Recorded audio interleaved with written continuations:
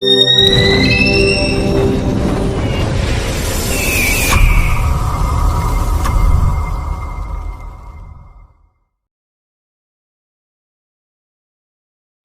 gaji PNS kian berat, kenaikan tunjangan para pensiunan lampaui 60% dari gaji. Pemerintah akhirnya membatalkan rencana kenaikan tunjangan untuk pegawai negeri sipil PNS. Sedianya, menurut Menteri Pendayagunaan Aparatur Negara dan Reformasi Birokrasi Cahyokumolo, pemerintah akan menaikkan tunjangan PNS, sehingga take home pay mereka minimal Rp9 juta per bulan.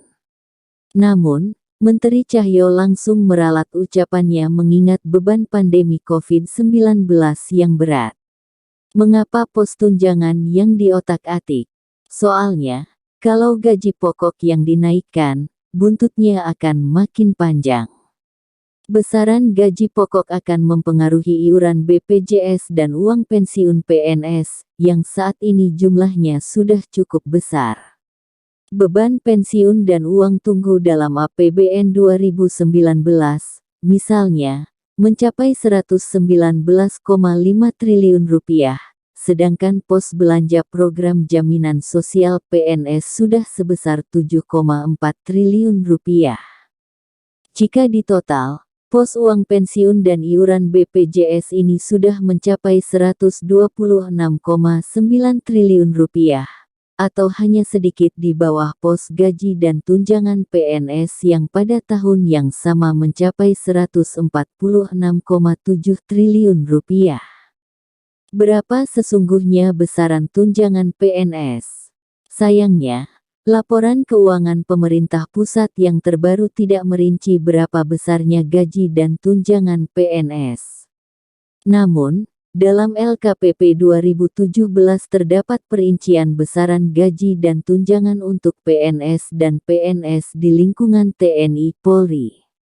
Pada 2017, total tunjangan PNS mencapai Rp23,7 triliun. Sedangkan total gaji dan tunjangan take home pay PNS besarnya Rp62,5 triliun. Dengan kata lain, pos tunjangan sudah melampaui 60% dari pos gaji. Seandainya komposisi gaji dan tunjangan itu juga berlaku dalam belanja pegawai pada 2019, maka besaran tunjangan PNS 2019 akan mencapai Rp31,6 triliun. Makin ke sini, jumlah belanja pegawai semakin besar. Pada 2020, belanja pegawai direncanakan sebesar Rp416,14 triliun. Dibandingkan dengan pada saat Presiden Joko Widodo memulai jabatannya pada 2014, belanja pegawai ini telah meningkat 70,8% atau tumbuh 11,8% per tahun. Bisa dikatakan, kesejahteraan PNS kian membaik karena berdasarkan data Badan Kepegawaian Negara (BKN), jumlah PNS pada kurun waktu yang sama justru turun 7,5%. Pada Juni tahun 2020, jumlah PNS mencapai 4,12 juta orang. Jika dipukul rata, gaji dan tunjangan PNS pada 2014 masih sebesar Rp15,5 juta per tahun, maka pada 2019 jumlahnya sudah meningkat menjadi Rp20,4 juta setahun. Jumlah ini setara dengan Rp1,7 juta sebulan, masih sangat jauh dari harapan Menteri Cahyo sebesar Rp9 juta per bulan.